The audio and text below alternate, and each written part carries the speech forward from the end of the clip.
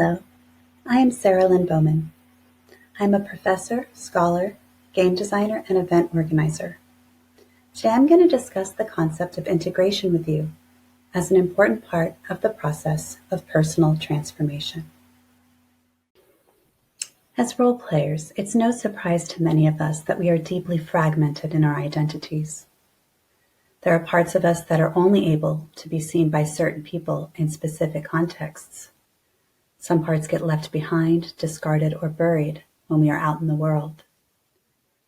When we role-play, we are allowed to bring these aspects from the shadows into the light. Now, some of these parts are undesirable. We may want to disavow them completely and pretend they don't exist. Often, though, role-playing reveals parts of ourselves that we wish were more in the light, more seen by others. Sometimes we discover parts of ourselves that surprise us, that we didn't even know were there, aptitudes that we might have, courage that we didn't know existed, or abilities to connect with others in ways we had not before experienced. In many cases, we have powerful experiences within LARPing communities that are not replicable in other frames of reality. We may have extremely altering experiences, ones that change us and transform us, whether in dramatic ways or in more subtle ways. Regardless of the degree of change that we undergo, after a powerful LARP experience, we are never quite the same. And we have to find ways to make sense of these experiences after they conclude. Unfortunately, it can be difficult to talk about these experiences with people who have not taken part in them, especially people who don't regularly shift their identity and inhabit fictional worlds in their spare time.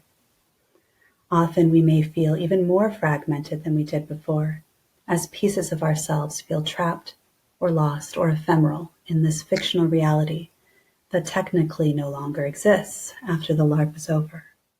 What I have come to understand is that for many of us, those bits of fiction, those pieces of self still exist, and they still may need to be integrated into the daily self in some way and into our understanding of reality. This integration may mean acknowledging but further distancing ourselves from those parts. It may mean finding ways to bring those parts into the light in our daily lives. Integration may even mean fundamentally changing our self-concept. Through role-playing, I have discovered some of my deepest spiritual understandings. I have discovered my deepest fears, my desires for love and connection. I have discovered what community can actually feel like when it's supportive, nurturing, and permissive of different ways of being. I have discovered what creativity and play can do in terms of understanding who we are and who we deeply desire to be. For us to really maximize the potential of role-playing, I think that we need to remove the stigma around personal identification with the character, around playing parts of ourselves that were perhaps quite vulnerable and we are afraid others will see out here. We need to step into our desires.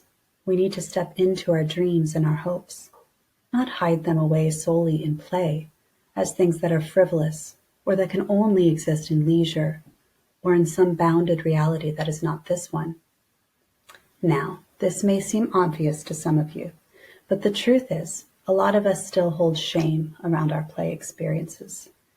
We are taught at a very young age that play is for children and that what we experience when we role-play isn't real. And therefore we shouldn't take it seriously as something that transfers to this world. And as artists, academics, journalists, many of us have been working very hard to dispel that shame, to validate that this art form is useful, that it has educational purposes, that it can change lives. But I would argue that even in our communities, we still carry that shame at times. A common example is the LARP Crush, as Sana Harder discusses in NordicLARP.org. The LARP Crush is the experience of falling in love or becoming infatuated with a co-player after sharing a powerfully intimate LARP experience with them. This is an area that is still extremely taboo for a lot of people, especially people who have very clear bounded relationship agreements outside of the frame of the LARP. Because it's play, we have alibi to explore our fantasies, our romantic needs. We may touch into parts of ourselves that were dormant before, or maybe we didn't even know existed. And then all of a sudden the LARP is over and we don't know what to do with these emotions, those places that still need to be seen and loved. And we think that maybe the other person is the answer, and sometimes they are. But often the LARP has merely revealed to us our deeper needs for intimacy. Another example is LARP Drop, sometimes called post-LARP depression, when a peak experience that was so intense and so powerful is over. Players may wonder if the sense of community they felt at the LARP still exists, where those parts of themselves that they explored in the LARP exist, where those stories exist. It may feel like these things have evaporated or dissipated, which may feel intensely painful. In transformational language, this is what we call a contraction, meaning that after a period of expansion, of stretching ourselves past our normal comfort zones, it's natural that we will then also contract, that we will need time to come back into ourselves, to perhaps grieve, to perhaps rest, to process, to think, to feel. Integration processes help validate that need for contraction. We can validate that it is understandable and also perhaps necessary to come back into ourselves and to make sense of these experiences so that we don't continue to feel even more fragmented and incoherent. We have a tremendous opportunity here to alchemize, to take lead and make it into gold, to find within ourselves the things that are perhaps unfinished, are not in the form that we would like, to learn how to transmute and transform ourselves. Integration processes can take many forms. They can be artistic in nature. We can create new works. We can create pieces of art. We can create stories. We can even create new LARPs.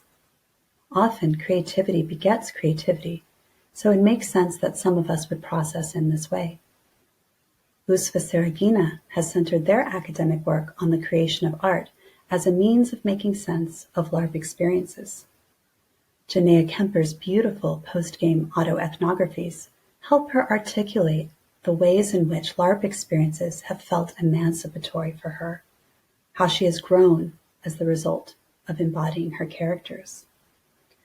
We can also emotionally process, we can debrief, we can write journals, we can write letters to our characters, and vice versa, which is a beautiful way to integrate and dialogue with these parts of ourselves. We can intellectually process, we can write theories and research, we can document experiences in LARPs for others, making them comprehensible to the outside world. We can discuss our experiences in groups, innovating our field of design, improving our implementation strategies, and expanding our consideration of the diverse perspectives of members of our communities. We can engage in group processes where people tell stories about their experiences. We can create new communities after LARPs, so those feelings of connectedness and shared imagination can move forward. We can envision and build the future that we would like to see together, rather than feeling so overwhelmed by the way the world is as we see it now. Through our shared imagination, we can envision new ways to move through the challenges that we face. We can transform conflict through play by envisioning new futures, new ways of being, and new selves. Each player has their own needs with regard to preferred integration practices. LARP designers such as Martin Nielsen and Johanna Koljonen have worked hard to establish methods where, after a LARP, there are multiple areas of the space where people can get their various needs met, such as a place for hugs, a place for game design discussions, a place to debrief, a place to talk about life moving forward. Regardless of our individual needs, it is clear that creating means to more easily transition from the fictional frame to everyday life is beneficial and may even strengthen the potential for personal transformation. In order to concretize these shifts, I am advocating for a greater awareness and more deliberate practices around integration. As players, as designers, as organizers, we see the world from the meta perspective due to our experiences with LARP. We inhabit characters, we experience, we feel, but we also analyze, and we can see the systems that underlie social reality.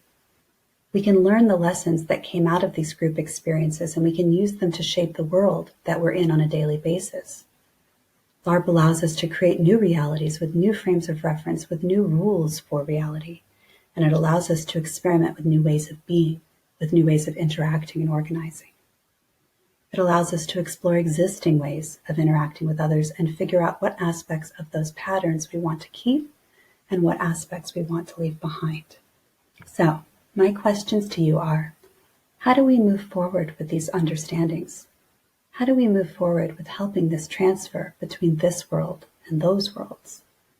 How do we value and honor those lessons that we learn inside of these LARPs and help each other to make them more concrete in this life, in this world? It may be more important now than it ever was, as the world becomes more and more bifurcated, fragmented, and polarized. How can we find alignment with one another and with ourselves? And how can we build the future that we want to see?